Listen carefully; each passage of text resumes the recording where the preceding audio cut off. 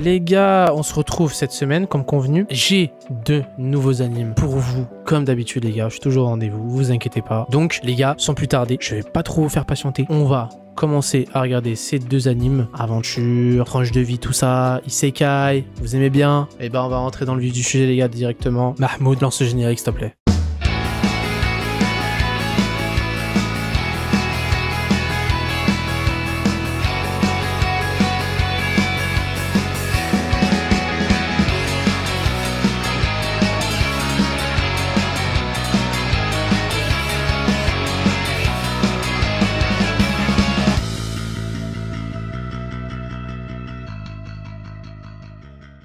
The Weakest Timer began a journey to pick up trash. Tout simplement, nous sommes dans un genre isekai, aventure, fantasy, tranche de vie, comédie et drame. L'anime est sorti le 12 janvier 2024. Il y a un nombre d'épisodes de 12 disponibles sur Crunchyroll. Et ouais les gars, Crunchyroll, il balance beaucoup d'animes. Hein. Franchement, ADN, malheureusement, ils se font bouffer. Hein. Ça, il y a quelques animes sur ADN, certes, vous le verrez plus tard, je vous en présenterai. Mais ouais, là, en ce moment, c'est vrai que Crunchyroll, ça cartonne. Le studio d'animation Studio Masquette, on va parler de Ivy. Voilà, Ivy qui a été réincarnée dans un autre monde et elle a conservé les souvenirs de sa vie passée. Grâce à ça, elle sait comment faire pour vivre une vie paisible et compte bien éviter un maximum les conflits. Seulement les gars, je vais vous faire une petite parenthèse. Ce qui est intéressant dans cet isekai, c'est qu'en fait Ivy, elle a une interaction directe avec la personne qui est réincarnée en elle. Voilà, en fait ils peuvent se parler. C'est ça qui est intéressant par rapport aux autres isekai en général. C'est que là en fait elle s'est réincarnée dans la peau de quelqu'un, mais ils peuvent communiquer entre eux. Et c'est 2 personnes dans une personne, voilà. Dans cette nouvelle vie, bah en fait, la jeune fille, elle semble être née sous une mauvaise étoile. Pourquoi? Elle est dompteuse, mais elle fait partie de la plus basse classe sociale et se retrouve maltraitée au quotidien, car jugée faible et inutile. Elle va être traitée, elle va être insultée, etc. Parce qu'en fait, le monde à lequel elle vit est jugé par des étoiles. Donc dès que tu es né, ces étoiles-là définissent qui tu vas être, ce que tu vas faire dans ta vie, etc. Et si tu n'as pas d'étoiles, on te tue.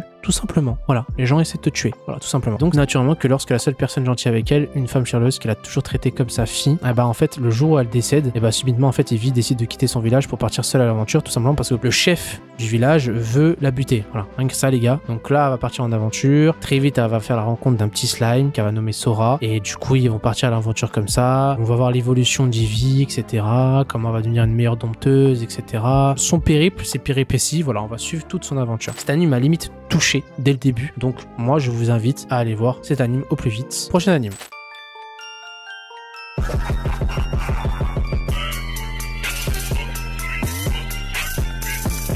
The Wrong Way to Us Healing Magic. Tout est dit dans le titre, ouais je sais. Donc les gars, on va partir dans un genre isekai, action, aventure, fantasy et comédie. L'anime est sorti aussi le 5 janvier 2024. Il y a un nombre d'épisodes au total de 13. L'anime est aussi disponible sur Crunchyroll. Les studios d'animation, c'est Studio Ad et Studio Shin-Ei Animation. Ça me dit rien, mais franchement, vu le taf qu'ils ont fait, je trouve ça vraiment très propre. Franchement, c'est du bon boulot qu'ils ont fait. Donc en fait, c'est lors d'une journée pluvieuse, sur le chemin du retour, après une journée de lycée, tout ce qu'il y a de plus normal, que Ken Usato, donc les gars retenez bien ce pseudo là parce que Ken Usato c'est le best, a soudainement été transporté dans un autre monde aux côtés de Suzune Inokami, la présidente du conseil étudiant, et Kazuki Hirosen, son camarade de classe. Donc ils vont être 3 à être téléportés directement. Donc là c'est pas un personnage mais directement 3. Seulement bah en fait Suzune et Kazuki ont été invoqués en qualité de héros pour défendre un royaume face à la menace d'un terrible roi démon. Et en fait il semble que Ken ne soit rien d'autre qu'un simple dommage collatéral. Donc il a été téléporté en plus pour rien quoi. Et qu'il soit à présent bloqué ici, sans aucun moyen de retourner d'où il vient. Mais